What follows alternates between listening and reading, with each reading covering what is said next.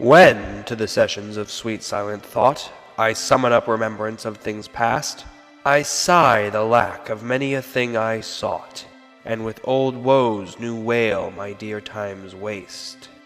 Then can I drown an eye unused to flow, for precious friends hid in death's dateless night, and weep afresh love's long since cancelled woe, and moan the expense of many a vanished sight.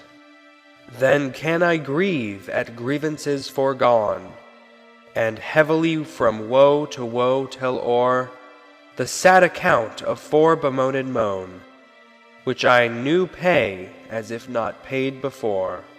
But if the while I think on thee, dear friend, all losses are restored and sorrows end. I suppose you want to know what that was? Yeah, that's Shakespeare. William Shakespeare's 30th sonnet. He has a way of writing in very obscure but very emotional ways. Like that one. I think it's one of his best. Here, let me try to explain. Right off the bat, he makes it pretty clear.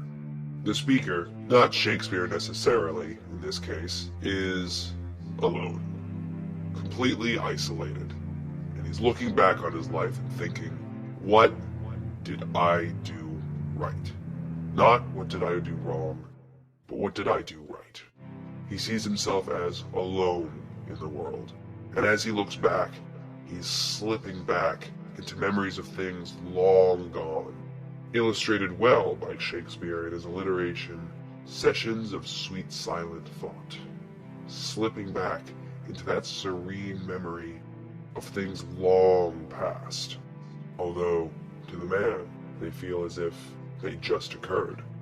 When to the sessions of sweet silent thought I summon up remembrance of things past, he's looking back on himself, thinking of what his life has been so far.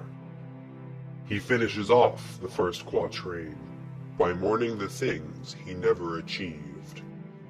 In one line, he breaks the pattern of iambic pentameter, using the word many to break the mold and to emphasize the sheer number of things he did wrong. And in the last line, he breaks the rhyme scheme, emphasizing how much he wasted his time. I sigh the lack of many a thing I sought, and with old woes new wail my dear time's waste.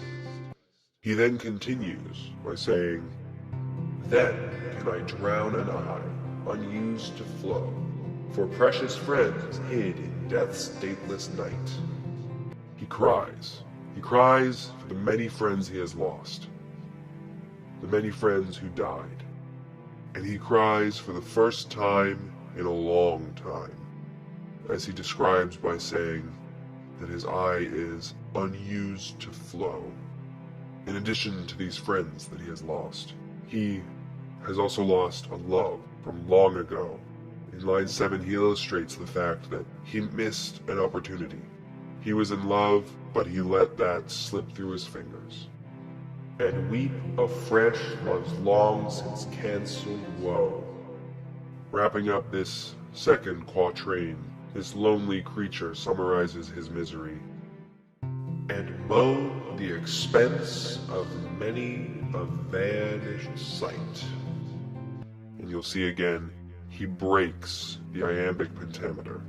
Once again, he is emphasizing the sheer quantity of his regrets.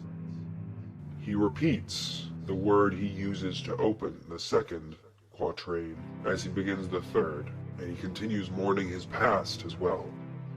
Then can I grieve at grievances foregone. And as he continues through this section, he continues to repeat words that he has said in the lines.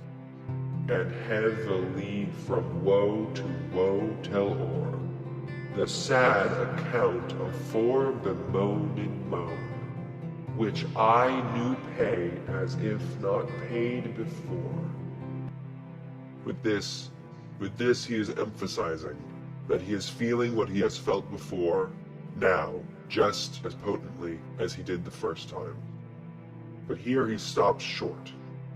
He looks to his young friend, and all the missed opportunities he sees in this friend.